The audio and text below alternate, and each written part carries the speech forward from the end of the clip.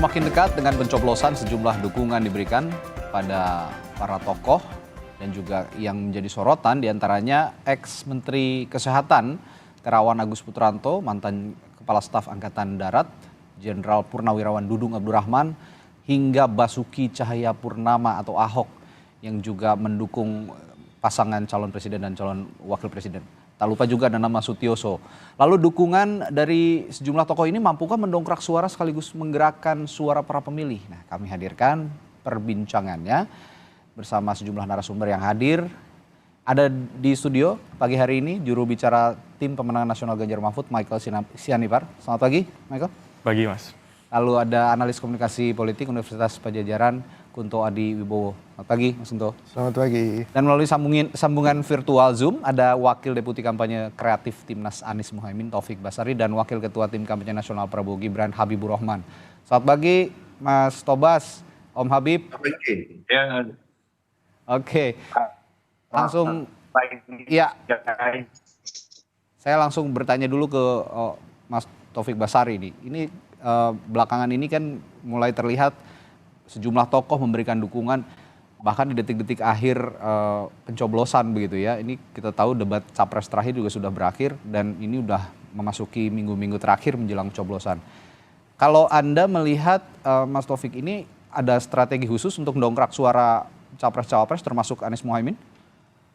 Ya tentunya bergabungnya beberapa tokoh itu mampu juga membantu menaikkan dukungan kepada pasangan calon tertentu ya. Tetapi kalau dari Timnas Amin kita lebih mengedepankan bagaimana kita bisa memberikan pendidikan politik kepada masyarakat yang membuat masyarakat memilih secara rasional bukan emosional dan kemudian ketika menentukan pilihannya melihat dari rekam jejak dari para calon, melihat dari kemampuan dari para calon. Nah sehingga selain memang kita mendapatkan hasil pilihan yang memang kita pertanggungjawabkan dari masing-masing pemilih, ya tentunya juga ini juga bagian dari kita menyehatkan demokrasi kita. Jadi yang paling penting adalah ya semakin cerdas pemilih, ya semakin kita yakin bahwa akan makin banyak dukungan bagi pasangan Amin ini.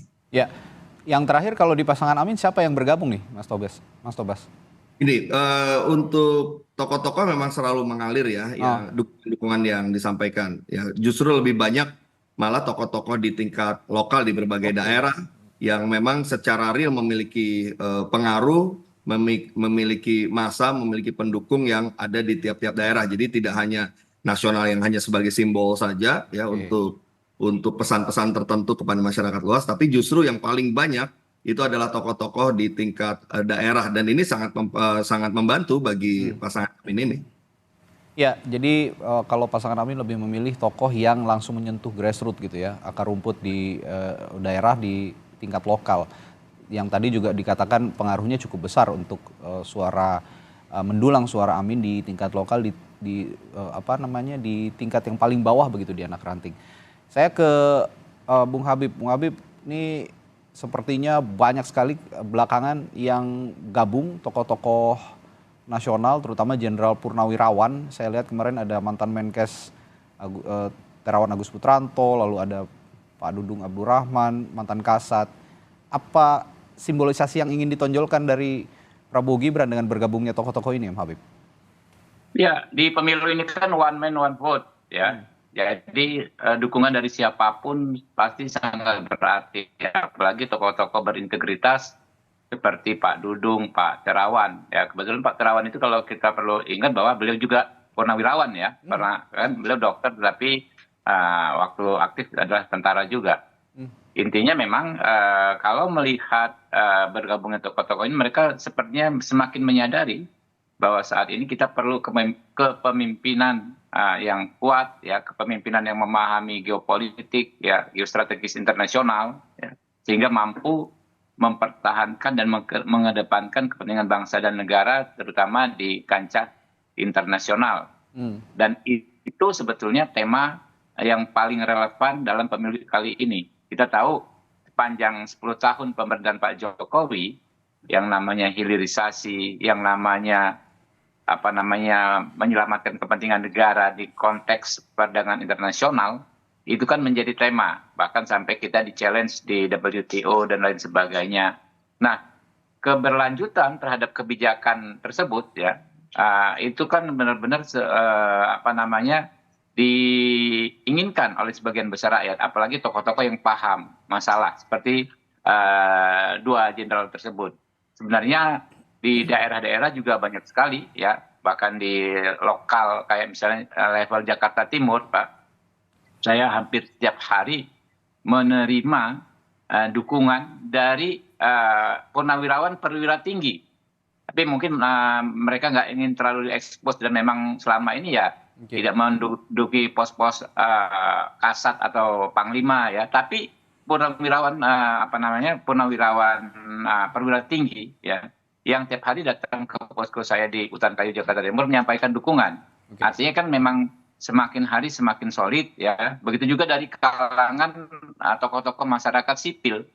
Tiap hari semakin banyak ormas ini, ormas itu ya, tokoh masyarakat adat ini dan itu banyak sekali yang bergabung. Jadi semakin hari ternyata bukan semakin lengang, semakin sepi. Coba Anda cek misalnya di Kertanegara kan kita sampai kewalahan, sehari bisa 3 atau 4 kali deklarasi dukungan. Nah ini mereka sebetulnya nggak ada tokohnya, Bos, ya nggak ada tokoh-tokoh seniornya, tetapi menyampaikan dukungan dan ini tentu akan sangat kami apresiasi. Seperti kami sampaikan tadi, kita ini kan one man one vote, satu suara sangat berarti. Ya, tapi kalau kita lihat kan kalau dari pasangan 02 ini banyak sekali tokoh-tokoh purnawirawan TNI. Tadi juga Anda bilang, Bung Habib, bahwa ada perwira-perwira tinggi TNI yang bergabung juga tapi tidak ingin disebut begitu. Tapi kenapa harus mayoritas TNI? Apa yang ingin ditonjolkan dan ditunjukkan kepada publik sebenarnya dari pasangan Prabowo Gibran ini? Enggak, bukan. Saya hanya menyebutkan contoh. Ada yang purnawirawan tinggi, perwira tinggi TNI, tapi banyak juga masyarakat sipil. Kalau dilihat proporsinya tentu juga pasti lebih banyak masyarakat sipil. Jadi tidak ada yang kita khususkan ya bahwa perwira tinggi purnawirawannya lebih prioritas ya. Enggak, tidak seperti itu. Dukungan yang masuk ke kami sangat luas dari berbagai elemen masyarakat.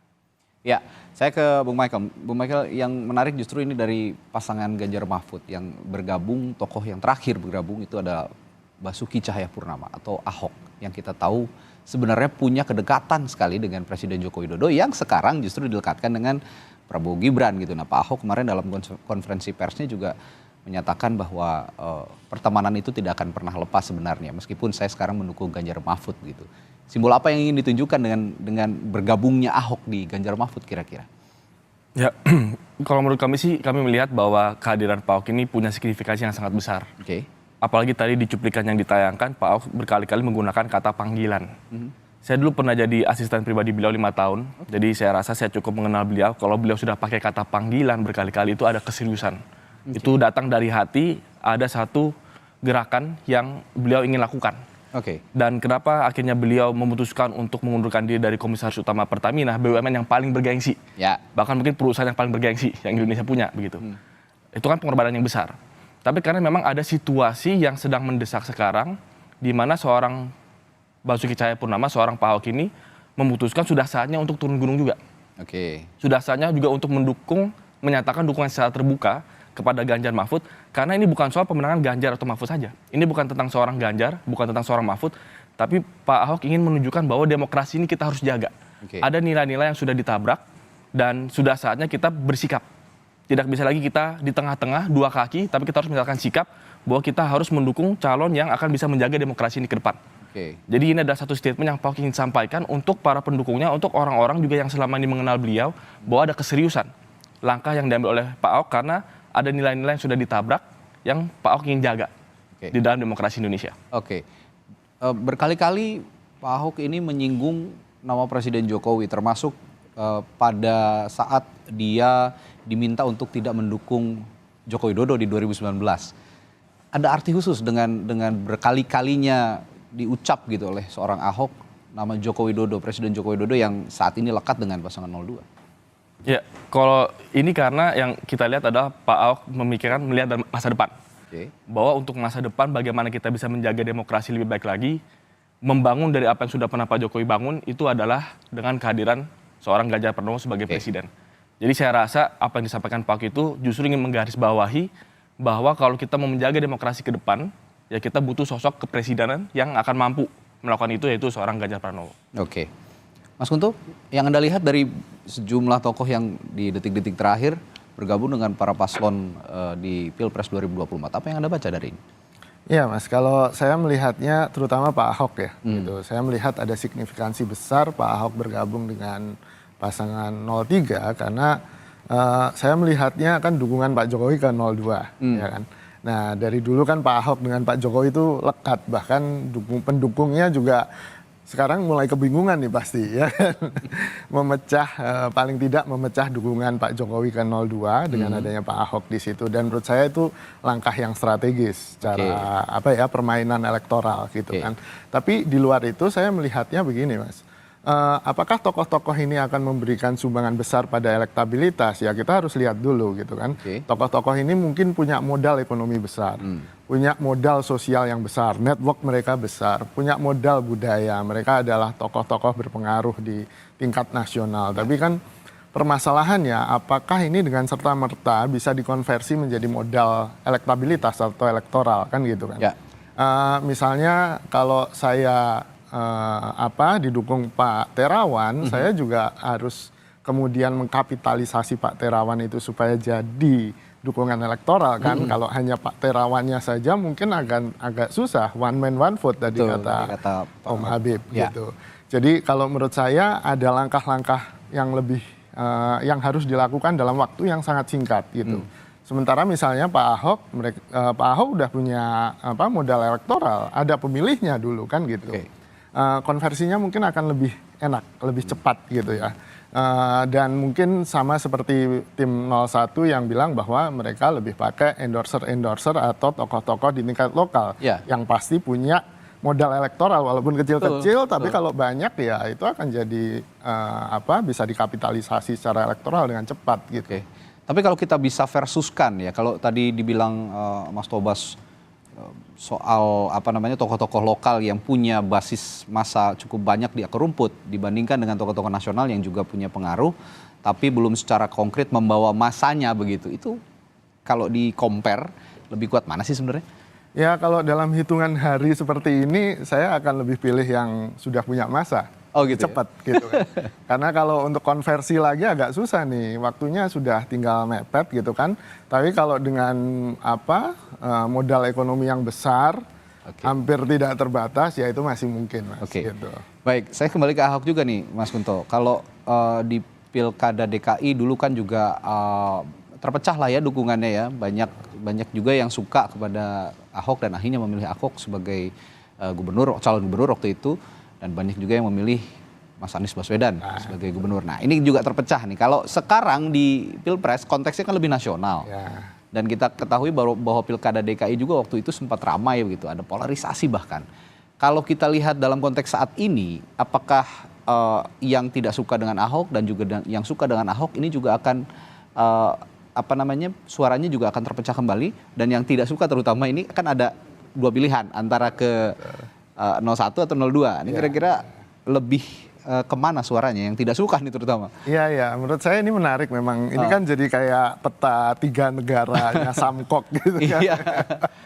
Yang satu ada yang pro Ahok dan pro Jokowi yang sekarang terpecah. Lalu kemudian ada yang pro Ahok dan anti Anies di Pilkada DKI. Dan ini menarik Mas karena menurut saya sekarang walaupun polarisasi berbasis agama sudah agak turun tensinya, tapi ya saya percaya itu masih ada di masyarakat. Tetap ada, persepsi itu masih ada gitu kan. Dan beberapa unggahan media sosial masih menyinggung soal itu kan, masih menyinggung soal sentimen agama, masih ada memori Pilkada DKI gitu. Tapi saya berharap itu tidak menjadi yang utama. Kita juga sama-sama berharap tidak. Saya berharapnya Pak Ahok tadi kan menonjolkan soal etika, Pak Ahok menonjolkan soal integritas, dan itu memang dipercaya oleh pendukung Pak Ahok sebagai sesuatu yang pantas atau inherent ada di dalam diri Pak Ahok. Dan menurut saya hari ini jualannya Pak Ahok gitu. Gitu ya? Betul. Oke. Kembali ke Mas Taufik Basari. Mas Taufik, kalau kita lihat dalam konteks Pilpres gitu ya, mendukung dari beberapa tokoh nasional, ini juga kemarin sempat ramai di lini media sosial, bahkan juga mengalir selanjutnya ke lini publik gitu. Ada hashtag salam 4 jari katanya begitu. indikasi bahwa ada ketidaksukaan kepada pasangan 02 asal bukan 02 lah kira-kira begitu. Nah ini dilekatkan kepada bergabungnya 01 dan 03 begitu. Kira-kira dengan konteks dukungan para tokoh ini yang juga sekarang sudah tampak begitu menjelang pencoblosan tanggal 14 Februari, setelah nanti menjalani putaran yang pertama dan juga misalnya ada putaran kedua, adakah kemungkinan memang dengan bergabungnya tokoh-tokoh ini dikaitkan dengan konteks salam 4 jari tadi untuk bergabung dengan 03? Ya. Jadi salam 4 jari itu kan berjalan natural ya, tidak disiapkan oleh pasangan 1 ataupun pasangan nomor 3 ya. Jadi kita juga tidak mengetahui itu gerakan inisiatif dari beberapa kalangan masyarakat yang ya biarkan saja sebagai bagian dari demokrasi, tentu yaitu adalah bagian yang memang mungkin bisa berjalan seperti apa adanya begitu. Nah kalau dikatakan apakah akan bergabung antara 1 dan 3, ya kalau menurut saya kita tunggu nanti setelah tanggal 14 ya. Karena kan semua paslon ini kan saling bersaing, 1 dengan 2 bersaing, 2 dengan 3, 1 dengan 3, semuanya saling bersaing ya. Tapi tentunya komunikasi politik ya tetap harus terbuka ya, tidak boleh ditutup. Yang jelas kita nanti lihat saja setelah tanggal 14 akan seperti apa. Siapa tahu jangan-jangan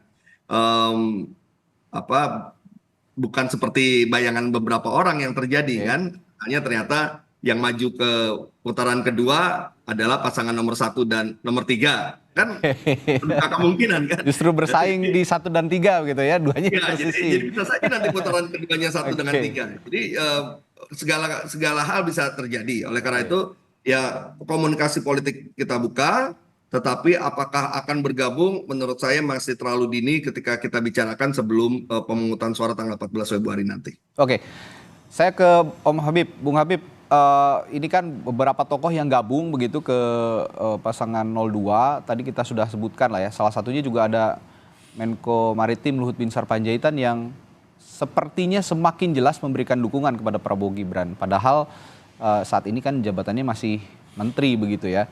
Ini juga banyak disindir publik.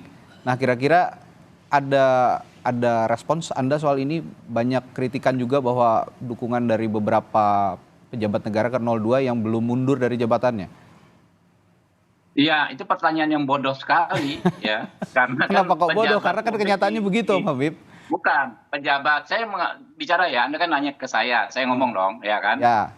Pertanyaan Anda menurut saya bodoh sekali, karena kan banyak sekali pejabat publik di koalisi lain yang juga belum mundur. Ya, bahkan itu pejabat publik yang kementerian. Saya akan tanyakan juga itu ke pasangan yang lain. Nah, saya minta pendapat Anda soal pasangan yang 02 dulu gitu. Saya ngomong, Anda yang mau bicara apa saya bicara nih? Oke, silakan. Oke, ya kan. Kenapa bodoh? Ya kan karena di semua paslon itu ada pejabat publik yang belum mundur, dan yang di paslon lain itu pejabatnya punya program, Pak. Seperti hal yang kami laporkan misalnya terkait tim jubir desa ya, yang konon katanya direkrut dari tenaga pendamping desa, atau juga sosialisasi Direktorat Jenderal Bina Penempatan Tenaga Kerja di bawah Kemenaker ya, yang beralih menjadi sosialisasi paslon tertentu. Begitu juga program PKH, program Keluarga Harapan di bawah Kemensos, yang katanya waktu sosialisasi SDM ya, SDM-nya ada oknum-oknum yang menunjukkan simbol 3 jari. Jadi kalau Anda nanya Pak Luhut itu kan nggak punya program kementeriannya, gitu kan ya. Kementerian yang punya program justru banyak sekali laporan di Bawaslu. Jadi ini hal yang ditujukan secara rata ke 3 paslon. Kalau soal jabatan-jabatan tersebut, dan kita yakinlah kalau Pak Luhut sosok yang sangat berintegritas selama ini ya, tidak ada cacat sedikit pun puluhan tahun beliau di kementerian menggunakan posisinya untuk kepentingan pribadi maupun kelompok politik beliau. Oke, ya biar saya nggak dibilang bodoh, saya tanyain juga nih ke 03. Katanya juga banyak di 03 ini banyak pejabat-pejabat yang belum mundur. Nah ini kaitannya juga kemarin kan Pak Mahfud kan mundur, tapi ini tidak diikuti oleh pejabat-pejabat lain, termasuk di level daerah gitu. Nah ini kritik publik kencang soal ini. Nanti juga saya akan tanyakan ke Mas Taufik Basari, mungkin juga ada beberapa pejabat negara yang mendukung 01. Saya tanyakan dulu ke Bung Michael. Apa respons Anda dari tim SES begitu, melihat pejabat-pejabat yang seharusnya lebih netral dan selesaikan dulu tugasnya atau at least mundur dulu dari jabatannya untuk mendukung salah satu pasangan calon, termasuk Ganjar Mahfud? Ya, kalau kami punya keyakinan bahwa netralitas pemerintah itu sangat penting. Oke. Itu harus dijunjung tinggi, itu adalah bagian dari etika kekuasaan. Oke. Nah ini sebenarnya saya hari ini datang lagi pakai jaket yang dulu, ya mungkin saya ceritakan aja dulu Pak Anies pakai juga nih. Oke. Jaket ini. Nah ini kode nih, Notice. kan kode nih jadinya nih. Bukan, tapi saya mau kasih statement. Di belakangnya ini ada tulisan, mungkin kalau saya boleh balik badan Oke, sebentar. politik Ini ada bukan alat kekuasaan tapi etika untuk melayani. Tulisannya kira-kira seperti itu. Ya. Mungkin kita sedikit kenapa saya pakai ini, karena saya dikasih sama desainer yang bikin jaket ini. Oke. Soalnya suatu kali 2 minggu lalu acara Pak Ganjar kita bikin satu acara pemuda, kemudian di belakangnya ada banner kutipan dari Pak Yohanes Leimena. Oke. Di mana ya kutipan yang ada di jaket ini. Sehari kemudian Pak Anies bikin acara Desak Anies di Ambon, di mana beliau pakai jaket ini. Oke. Terus saya posting, loh kok kebetulan kutipannya sama. Saya posting, saya nge-tag salah satu jubir dari 01 yaitu Billy David. Kemudian dilihat sama Mbak Ciki Fauzi yang desainer jaket ini, kemudian dibuat dan dikirim buat saya pribadi gitu. Oke. Nah tapi kutipan ini sangat relevan. Dan ini kenapa saya pakai pagi ini. Karena menurut saya yang kita hadapi sekarang ini adalah permasalahan etika. Baru saja kemarin Ketua KPU dinyatakan bersalah pelanggaran etika dan diberikan hukuman peringatan keras dan terakhir. Itu kenapa penting kita mengangkat isu etika ini. Kenapa? Karena sekarang sudah banyak yang turun gunung. Bukan cuma tadi tokoh-tokoh yang mendukung calon tertentu, bahkan guru besar dari 40 universitas seluruh Indonesia juga turun gunung. Mereka bukan partisan, mereka tidak menyatakan dukungan kepada capres manapun, tapi turun gunung untuk menyatakan ada krisis negara kenegarawanan, ada krisis kepemimpinan, krisis etika juga. Karena apa? Kalau kutipan Pak Yohanes Leimena tadi bilangnya apa? Politik bukanlah alat kekuasaan, tetapi etika untuk melayani. Yang kita lihat dipertontonkan sekarang adalah politik tabrak etika untuk melayani hasrat kekuasaan. Nah ini yang terjadi sekarang. Makanya banyak pihak turun gunung. Dan kembali ke soal Ahok turun gunung. Yang saya lihat kenapa Pak Ahok pakai kata panggilan. Karena seorang Pak Ahok juga merasa terusik dengan kondisi seperti ini. Jelas ada resiko untuk seorang Ahok turun gunung, bahkan mengundurkan diri dari posisi komisaris utama Pertamina untuk mendukung pasangan Ganjar Pranowo Mahfud MD yang notabene sekarang tidak di kubu yang sama dengan apa yang diinginkan oleh Presiden begitu. Jadi ini langkah yang sangat drastis menurut saya, yang berani. Dan menjawab tadi sama, kenapa Prof Mahfud juga mengundurkan diri. Sebenarnya Prof Mahfud juga sudah mengundurkan diri, rencananya sudah dari dulu. Tapi karena ada tugas-tugas yang perlu diselesaikan sebagai seorang menteri, maka itu diselesaikan dulu, baru akhirnya mengundurkan diri. Karena beliau mau menjaga etika.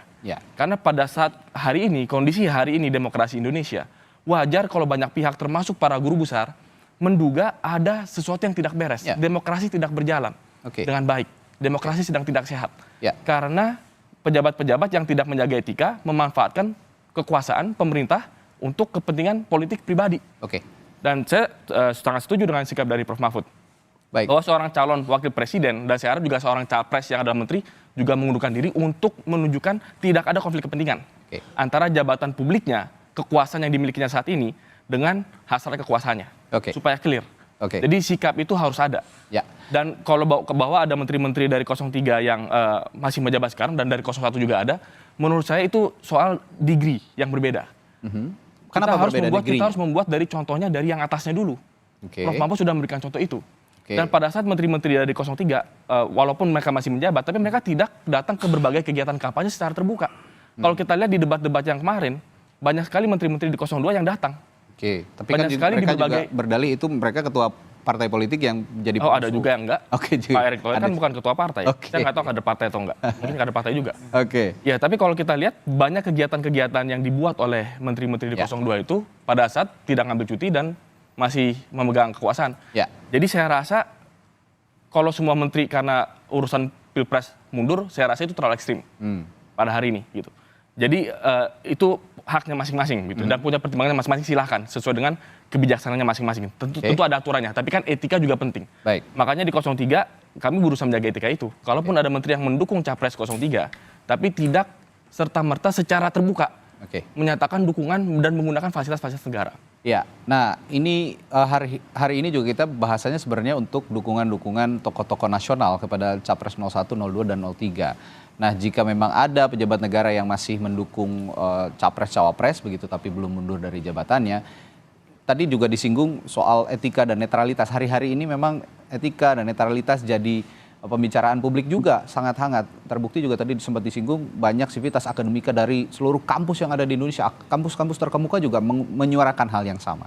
Tapi kembali lagi ke topik utama kita bahwa saat ini banyak tokoh-tokoh nasional yang mengarahkan dukungannya kepada Capres-Cawapres. Lalu sejauh mana mereka ini punya pengaruh untuk memikat para undecided voter, termasuk saya ini belum memutuskan begitu, Mas Kunto, semua bapak-bapak. Hingga hari ini saya belum memutuskan mau 1, 2, atau 3. Nah, kira-kira bisa nggak tokoh-tokoh ini meyakinkan publik untuk bisa meyakinkan hatinya begitu untuk memilih 01, 02, atau 03 pada tanggal 14 Februari. Saya akan bahas hal ini setelah jeda bersama sejumlah narasumber saya pagi hari ini. Tetaplah bersama kami di Sapa Indonesia Pagi. Kembali di Sapa Indonesia Pagi. Tadi sebelum jeda saya menyinggung soal strategi para tokoh nasional yang belakangan ini bergabung ke masing-masing Capres-Cawapres untuk memikat para undecided voter. Termasuk saya, mungkin beberapa dari Anda juga belum punya keteguhan hati untuk memilih 01, 02, atau 03. Nah, dari 01 dulu saya ke Mas Taufik Basari. Strategi dari Timnas Amin untuk memikat para undecided voter dengan sejumlah tokoh nasional yang saat ini sudah mendukung Amin. Apa saja strateginya, Mas Tobas? Ya, yang kita tekankan sebenarnya dukungan dari para tokoh ini mampu untuk menyuarakan apa yang sekarang sedang kita perjuangkan, yaitu perubahan. Perubahan, ya. Untuk pasangan 01 ini memang memiliki diferensiasi dibandingkan dengan yang lain, gitu ya. Kita benar-benar mengusung tema dan semangat perubahan yang kita harapkan para tokoh-tokoh ini juga akan menyampaikan itu ke berbagai kalangan, baik itu secara umum, secara luas apabila dia tokoh nasional, ya semangat perubahannya harus ditonjolkan, ataupun tokoh-tokoh daerah, tokoh-tokoh lokal yang memang punya masa, pesan-pesan perubahan ini juga harus disampaikan. Nah, pesan perubahan ini kan juga mengandung tadi yang sempat dibicarakan sedikit sebelum kita jeda tadi, ya soal etika bernegara, ya soal sikap kenegarawanan, soal bagaimana kita mampu untuk menjaga kekuasaan ini dari politisasi yang mungkin saja akan menabrak nilai-nilai etika. Nah, ini kan juga soal kegusaran yang muncul tengah-tengah masyarakat yang kita harapkan ada upaya untuk kita melakukan perubahan. Nah, ini juga pesan yang akan disampaikan kepada masyarakat tentunya untuk bisa meyakinkan bahwa ya kita pasangan Amin ini sedang membawa lokomotif perubahan. Ayo kita bergabung di dalam kereta ini bersama-sama untuk menjadikan Indonesia lebih baik lagi dan mewujudkan keadilan sosial bagi seluruh rakyat Indonesia. Baik, nah ini yang lagi-lagi disinggung soal netralitas dan etika. Nyambung terus kayaknya sama 03 nih kalau ngobrol netralitas dan etika. Tapi itu penting, ini sangat penting. Oke, saya ke Bung Habib. Bung Habib, tadi saya singgung soal pemilih yang belum menentukan pilihan begitu ya di Pilpres kali ini, dan sejumlah tokoh tadi apakah juga sudah ada upaya begitu untuk menggait para undecided voters menjelang Pilpres menjelang pencoblosan nanti, Bung Habib?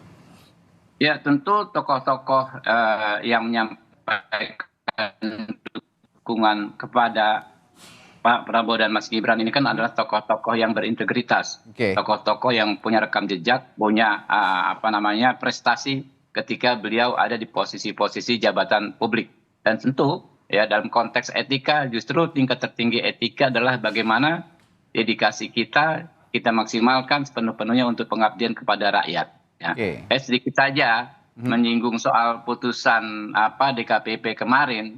Tentu kalau kita baca putusan DKPP semakin menegaskan ya bahwa paslon 2 tidak ada kaitan sama sekali dengan pelanggaran etika, karena justru DKPP itu menguatkan bahwa putusan Mahkamah nomor 90 itu berlaku untuk tahun 2024 dan KPU terikat untuk melaksanakannya. Jadi semakin kokoh lah bahwa tidak ada persoalan etika dengan paslon 2. Jadi kalau mau digoreng-goreng udah nggak bisa, nanti hati-hati malah gosong nih yang digoreng-goreng beginian, dan gorengan itu nggak sehat. Oke, jadi tadi Anda mengatakan bahwa sejumlah tokoh yang saat ini berupaya untuk menggait undecided voters juga berupaya terus turun ke lapangan. Ini di sisa masa kampanye ini kan masih ada beberapa hari lagi ke depan. Nah, kira-kira akan ikut seperti tokoh-tokoh lain juga, seperti kayak Pak SBY sebelumnya kan ikut kampanye ke daerah-daerah. Ini juga akan digiring ke sana nantinya, Bung Habib? Kita serahkan kepada mereka, tapi dengan publikasi yang meluas juga masyarakat sudah tahu. Masing-masing tokoh-tokoh ini kan punya fansnya. Pak Dudung itu, ya saya pikir banyak sekali orang yang menjadi fans beliau. Dr. Terawan, ya banyak sekali orang yang terselamatkan karena namanya metode yang beliau temukan itu ya di bidang kesehatan. Dan tokoh yang bersih, ya tokoh yang dikagumi oleh banyak kalangan di masyarakat. Jadi dengan tampilnya mereka saja saya pikir sudah cukup maksimal, apalagi kalau mereka nanti juga ikut turun ke basisnya kayak Pak Dudung kan sudah beberapa kali ikut kampanye, mulai dari di kota kelahirannya di Serang, Banten, ya di beberapa kota di Jawa Barat beliau juga langsung turun. Oke, nah itu strateginya. Nah kalau lihat strategi masing-masing paslon tadi, apakah juga akan diikuti oleh Ganjar Mahfud dalam hal undecided voters? Saya singgung tadi soal pemilih yang belum menentukan pilihan, banyak tokoh-tokoh yang bergabung. Pak Ahok misalnya salah satunya, apakah itu salah satu cara juga untuk menggait undecided voters? Ya, Ganjar Mahfud punya pembeda. Kalau tadi kan 01 bilang perubahan. Kalau kami sangat tegas dan jelas bahwa kami mau melanjutkan program-program pemerintah. Oke, Jadi sama dong dengan 02. Antara 01 dan 03. Mungkin saya bahas yang 01 dan 03. Oke. Jadi ada perbedaan yang jelas antara 01 dan 03. 01 tidak mau melanjutkan IKN. Ini akan merevisi besar-besaran. Kalau 03 akan melanjutkan. 01 mempertanyakan hilirisasi dengan sangat tajam. 03 kami melanjutkan. Dan kami akan tingkatkan. Jadi itu perbedaan kami dengan 01. Nah, tapi kalau dengan 02 yang kami tekankan adalah bahwa sekarang ada kondisi di mana ada krisis etika dan moralitas. Balik lagi ke situ ya. Itu sangat penting. Menurut kami ini bukan soal goreng-menggoreng isu. Ya. Faktanya guru-guru besar dari 40 kampus ternama se-Indonesia sudah menyuarakan.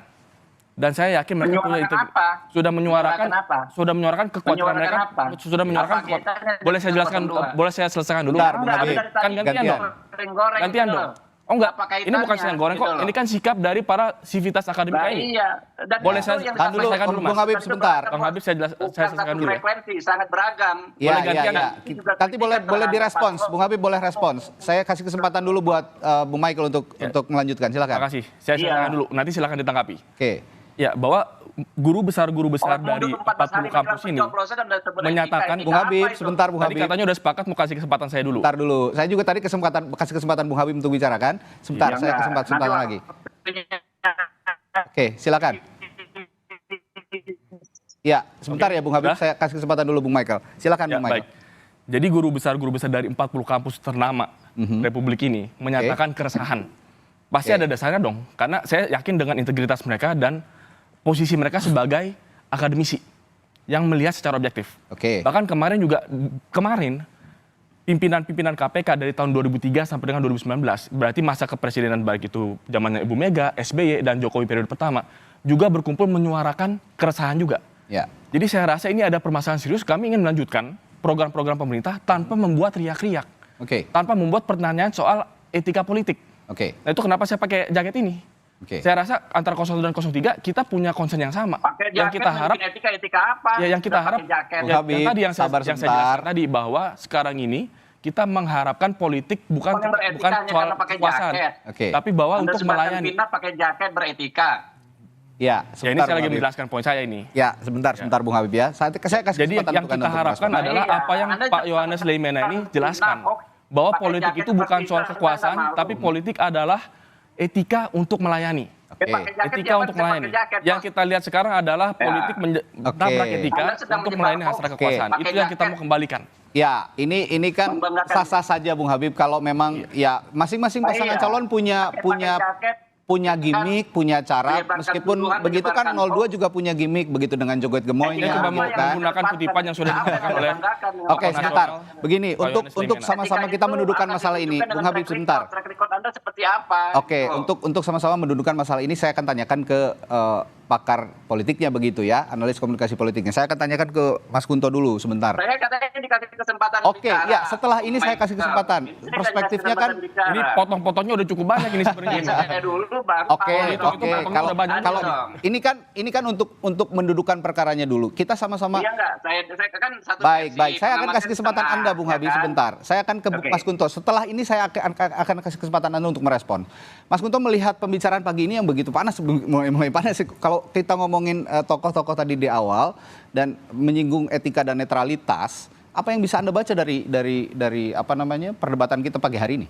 Ya, tampaknya semua pasangan calon ini mulai tegang juga tim pemenangannya gitu kan, karena semakin dekat dengan hari H gitu kan, dan ya wajar saja gitu kan. Karena memang tensi politiknya juga semakin tinggi, temperatur politiknya semakin tinggi, walaupun kemarin sudah didinginkan oleh para capres ketika padahal sudah dingin ya. Terakhir saya pikir udah janjian gitu kan, ternyata enggak. Dan hari ini kan membuktikan bahwa memang kompetisi itu masih berlangsung gitu kan. Dan menurut saya bukan hanya soal tokoh, akhirnya kan semuanya jualan tentang positioningnya masing-masing gitu kan. Dan sangat mungkin positioning itu menyerang satu calon dan yang lain gitu kan. Dan itu sesuatu hal yang wajar dalam politik gitu kan. Tapi menurut saya menggarisbawahi soal bukan perubahan, bukan melanjutkan gitu kan. Tapi soal integritas tadi gitu kan, menurut saya itu juga sesuatu yang penting dan harus digarisbawahi. Nah, kalau pasangan 02 memang merasa itu terserang dengan integritas, etik, dan apa yang dilakukan oleh sivitas akademika, maka ya lontarkanlah kemudian apa yang sudah dilakukan, integritasnya apa gitu kan. Itu lebih enak gitu. Jadi kita nggak debat kusir di sini gitu. Betul. Baik, ini saya kesempatan buat Bung Habib, silakan untuk merespons dan dalam konteks netralitas, masih dalam konteks netralitas dan integritas tadi yang disinggung juga oleh Mas Kunto, silakan.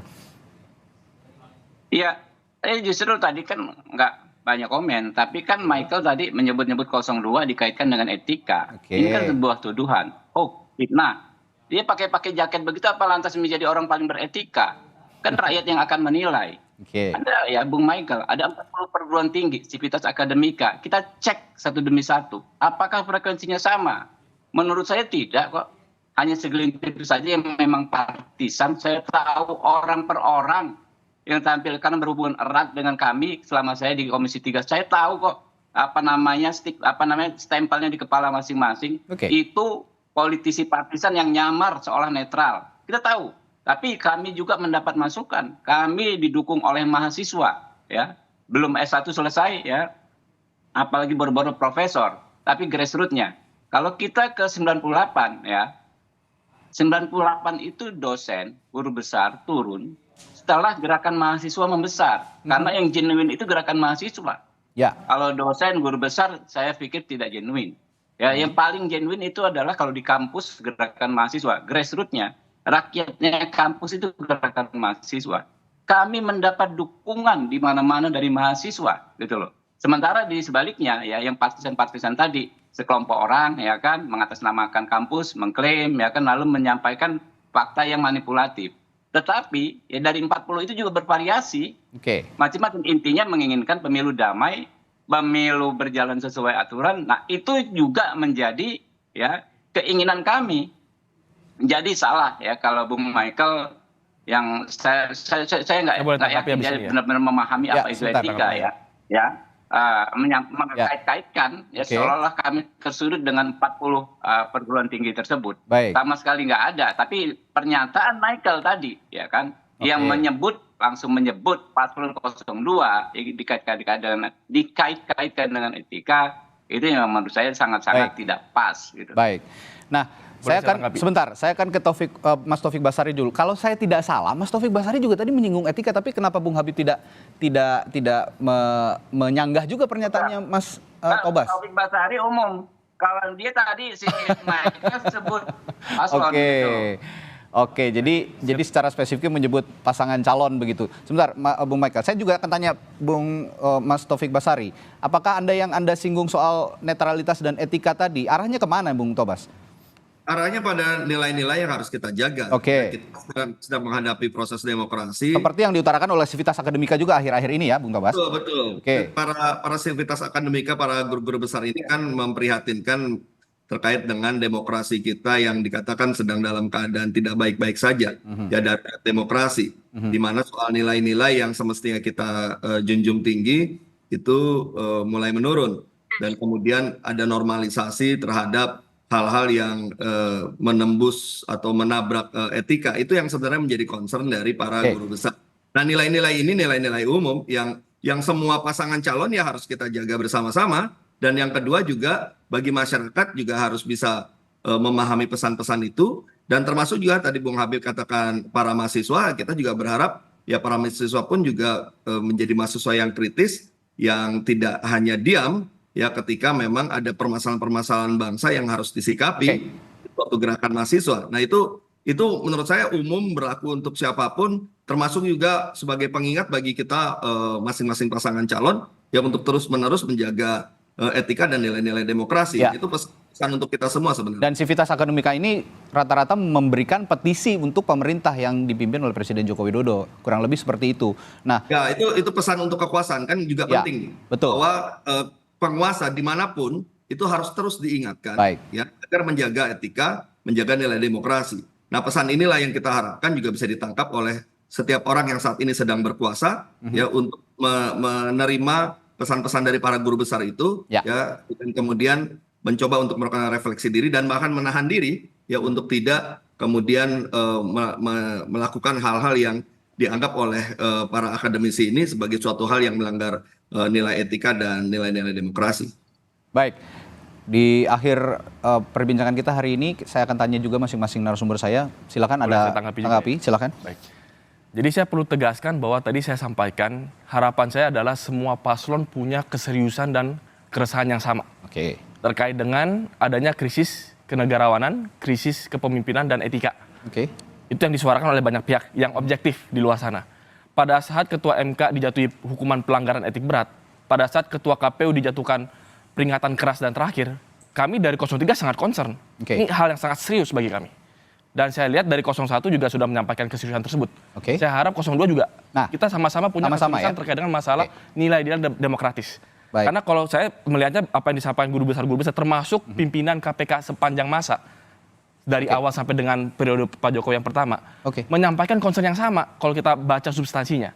Artinya ini ada tokoh-tokoh yang turun gunung. Tadi kan kita mulai dengan tokoh-tokoh yang turun gunung untuk paslon-paslon. Kalau saya lihat bukan cuma sekedar tokoh-tokoh turun gunung untuk paslon-paslon, tapi banyak tokoh-tokoh yang turun gunung untuk demokrasi. Dan ini yang saya harapkan semoga lebih banyak lagi orang memberanikan diri untuk menyuarakan keresahan mereka, menyuarakan harapan mereka juga. Agar demokrasi nilai-nilai demokratis bisa kita junjung tinggi, etika politik bisa kita junjung tinggi. Seperti kutipan dari Pak Yohanes Limena, politik bukanlah alat kekuasaan, tetapi etika untuk melayani. Jangan jadikan politik tabrak etika untuk melayani hasrat kekuasaan. Baik, sepakat tapi ya Bung Habib kita jaga etika, jaga netralitas untuk jelang Pilpres 2024 nanti tanggal 14 untuk sama-sama punya kualitas demokrasi pemilu yang lebih baik. Begitu ya Bung Habib ya kira-kira? Ya. Saya boleh ngomong? Ya, silakan.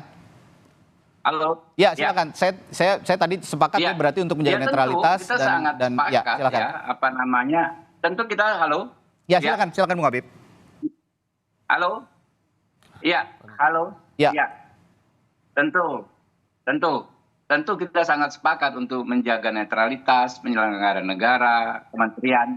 Halo, bisa didengar? Ya, silakan. Bisa didengar dengan jelas. Bung Habib, silakan. Halo guys. Ya. Kedengaran Bang. Ya, saya sepakat ya bahwa kita harus menjaga etika, mengedepankan etika ya, menjaga fungsi-fungsi penyelenggara negara agar bekerja secara netral. Tapi sikap paling tidak beretika, sikap paling tidak etis adalah dengan menuduh orang tidak beretika atau tidak etis tanpa bukti-bukti yang jelas. Kita mau bicara dalam soal putusan MK. Rakyat kan mempertanyakan di manakah letaknya etika? Apakah di lembar-lembar putusan yang ditandatangani Jimli Asidiki atau di hati nurani dan pikiran rakyat? Karena rakyat baca putusan itu kan lucu sekali. Putusan etik tetapi tidak ada pembuktian bahwa terjadinya intervensi. Tidak ada pembuktian bahwa mundur itu memang terjadi ya sejak Pak Jimli Asyidiki ya memimpin. Lalu soal putusan DKPP sangat tidak beretika kalau misalnya kubu 03 Pak Michael tadi menjadikan itu sebagai tuduhan bahwa 02 tidak beretika karena nggak ada kaitan sama sekali, Bung. Baca ya sampai tuntas putusan tersebut di halaman 185 sampai 190-an. Jelas justru putusan DKPP itu memperkuat putusan MK nomor 90 berlaku sejak pemilu 2024 dan KPU terikat secara konstitusional untuk melaksanakannya. Yang disebut ya pelanggaran saat itu hanyalah bahwa ada misalnya tanda terima pendaftaran mestinya tanggal 19 dan 25 menjadi tanggal 27. Oke, itu administratif lah ya begitu ya kira-kira ya. Soal PKPU yang harusnya segera diperbaiki saat itu tetapi menunggu beberapa hari. Kan itu ada kaitannya dengan paslon 02.